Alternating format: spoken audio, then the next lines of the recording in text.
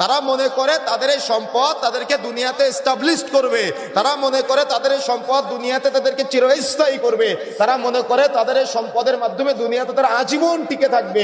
কিন্তু আল্লাহ বলছেন কাল্লা, কখনো নয়, লায়ুমবাদান্না ফিল হুতামা, তারা হুতামা নামক জাহান্নামে নিক্ষিপ্ত হবে। ওয়ামা আদরাকা মাল হুতামা, মুহাম্মদ তুমি কি জানো এই হুতামা নামক জাহান্নাম কি জিনিস? এটা হলো নারুল্লাহিল মুকাদা, এটা হলো আল্লাহর তৈরি প্রজ্বলিত আগুন। আল্লাতী তাত্তালিউ আলাল আফিদা, যে আগুন মানুষের হৃদয় পর্যন্ত পৌঁছে যাবে। কেন?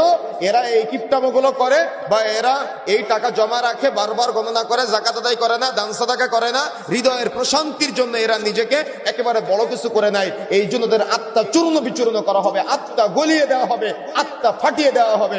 ইন্নাহা আলাইহিম মুসাদা, এই জাহান্নাম এমন জাহান্নাম যার দরজাও থাকবে না, জানালাও থাকবে না, দরজা জানালা বিহীন জাহান্নাম। ফি আমাদিম মুমাদ্দাদা, জাহান্নামীদেরকে জাহান্নামে ঢোকানোর পরে দরজায় খুঁটি কেটে দেওয়া হবে যাতে করে বের হতে না পারে। আরেকটা তাফসীরের মধ্যে পাওয়া যায় জাহান্নামের মধ্যে বিশাল বিশাল খুঁটি থাকবে, যে খুঁটির সাথে তাদেরকে বেঁধে বেঁধে শাস্তি দেওয়া হবে। তার মানে এর যা দরজা জানালা বিহীন জাহান্নাম, এখান থেকে বের হতে পারবে না, তাদের আত্মা চূর্ণ বিচূর্ণ করে দেওয়া হবে, ফাটিয়ে দেওয়া হবে। কিন্তু আমি আপনি আজকে কি করি? সামান্য দুনিয়াতে বড়লোক হওয়ার আশায় আমি আপনি আজকে না হালাল না হারাম সব উপার্জন করে আমি আপনি নিজের পেটকে পরিপূর্ণ করার চেষ্টা করি।